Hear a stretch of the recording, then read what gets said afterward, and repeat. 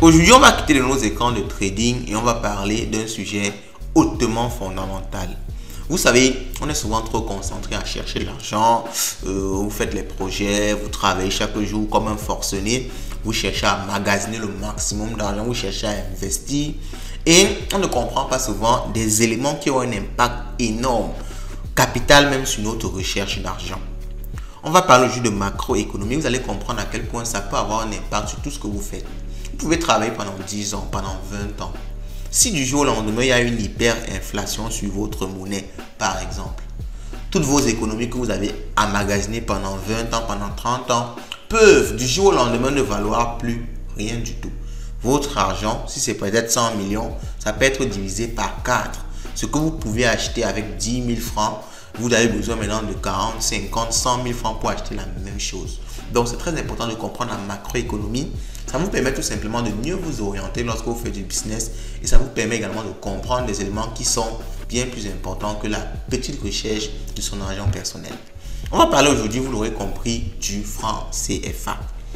Le franc CFA, c'est une monnaie qui a été créée en 1945, juste après la Deuxième Guerre mondiale. Vous savez, après la Deuxième Guerre mondiale, les pays qui ont gagné la guerre, la France, les États-Unis, ont contrôlé le monde. Ils ont créé beaucoup d'organisations, le G7, beaucoup de grandes organisations comme ça qui contrôlent aujourd'hui le monde. Donc, ils ont pris des décisions très importantes et qui, jusqu'à aujourd'hui, rythment le fonctionnement du monde.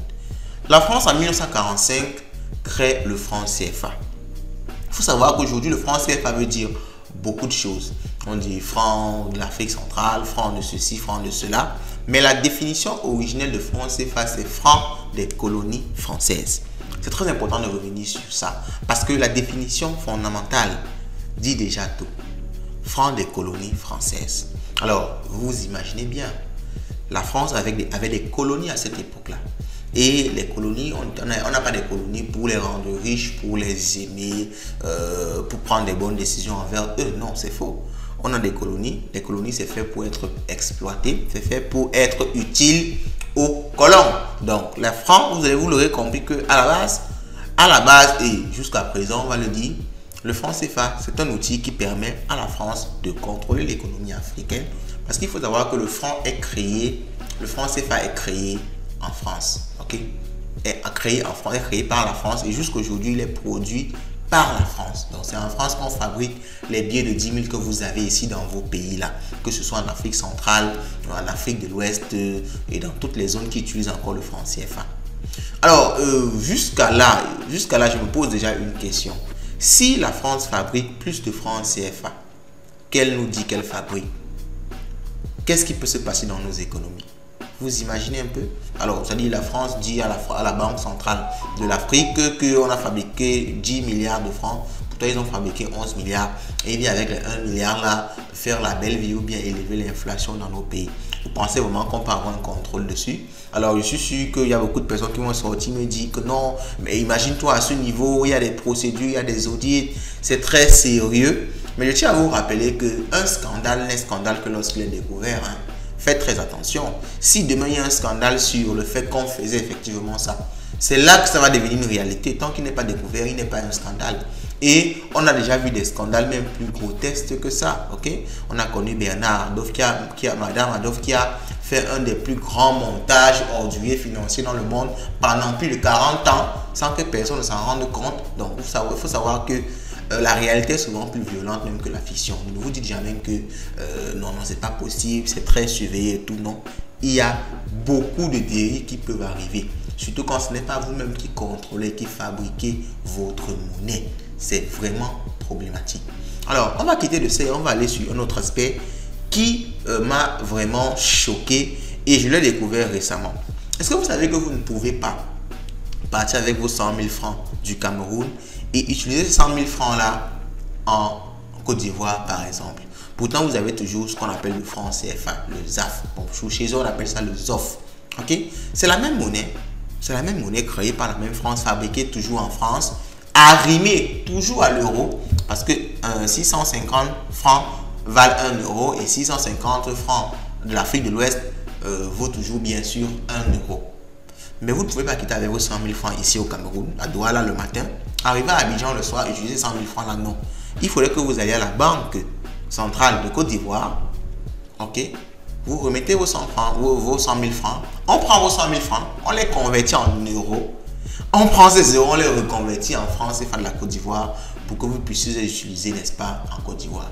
Vous imaginez bien que ces phénomènes de conversion-là ont des frais. À une petite échelle, c'est négligeable. Mais vous imaginez à l'échelle d'un pays, les frais que ça peut impacter. Et vous vous dites bien que ça veut dire que si je dois faire du business avec la Côte d'Ivoire, si je dois importer ou exporter des marchandises en Côte d'Ivoire, je ne vais pas pouvoir, je vais être confronté non seulement au business, proprement dit, à la logistique, comment déplacer les marchandises et tout, mais après tout ça, je vais être confronté à un problème beaucoup plus énorme. Comment est-ce que je vais transférer les fonds du Cameroun vers la Côte d'Ivoire ou bien de la Côte d'Ivoire vers le Cameroun? Ce sera un problème tellement énorme parce que les banques centrales ne souhaitent même pas que ce soit possible. Quand vous quittez aujourd'hui au Cameroun, partez chercher à envoyer 1 million en Côte d'Ivoire, on vous dit que en général, ce n'est pas d'abord possible. On vous dit que ce n'est pas possible. Et les petites agences qui vous disent que c'est possible, les frais sont énormes. On vous parle de plus de 40 000 pour envoyer 1 million de francs du Cameroun vers la Côte d'Ivoire. Est-ce que vous comprenez à quel point ça ralentit les économies des deux pays? Parce que imaginez que ces deux pays-là, le Cameroun à l'heure actuelle est, si je ne me trompe pas, l'économie la plus forte d'Afrique centrale. La Côte d'Ivoire également, en Afrique de l'Ouest, pays francophone avec l'économie la plus forte. Lorsqu'on a ces deux mastodontes-là, vous imaginez que si ces deux pays-là faisaient tout simplement des échanges économiques, vous imaginez à quel point ça pourrait rehausser, donner de la force à ces pays-là. Mais au niveau des banques centrales des pays, c'est pas possible. Pourtant, c'est une même monnaie qui a un même taux de parité qui devrait normalement être échangé pareillement. Fondamentalement, qu'est-ce qui empêche que ce soit? C'est le franc CFA. Ça vaut toujours 1 euro, 650 francs CFA. Vaut toujours bien 1 euro. Mais pourquoi est-ce que on ne peut pas échanger les deux simplement? Ça veut dire que derrière, il y a une volonté de la part de nos dirigeants peut-être, de la part de la France peut-être, il y a une volonté de ralentir ça pour tout simplement freiner, empêcher le développement de nos économies africaines. C'est un problème majeur et j'ai décidé comme ça de faire une vidéo pour poser ce problème-là, pour en parler parce que je sais qu'il y a beaucoup qui n'en savent pas et ceux qui savent et ceux qui ont d'autres informations par rapport à cela, laissez en commentaire et je pourrais vous faire une vidéo où on va en discuter comme ça. Ça nous permet également de sortir des cryptos, de comprendre des enjeux macroéconomiques qui ont un impact sur nos vies qu'on ignore même. Parce que le business est ralenti dans nos pays. Pourquoi? Ce n'est pas juste, un manque de volonté de notre part ou des entrepreneurs africains. Ce sont des éléments qui ont été mis bien avant et qui sont au-dessus de nous, tout simplement. Parce que tu auras toute l'envie du monde de faire les affaires avec la Côte d'Ivoire. Moi, j'ai cette envie-là. Mais si au niveau du sommet, on a défini que tu ne peux rien faire, tu vas te battre comme tu vas te battre, tu ne pourras jamais rien faire. Tu ne pourras jamais rien faire parce que les règles ont été définies loin en haut pour nous empêcher de décoller. Pourquoi est-ce que les pays africains ne sortent pas de ça? Même juste sur le plan idéologique, sur le plan politique, sur le plan de la symbolisation, du symbolisme, le franc CFA, franc des colonies françaises, juste pour ce symbole-là. Pourquoi est-ce qu'on ne sort pas de là? En tout cas, vous me dites ça en commentaire et on se dit à la prochaine. Ciao, ciao.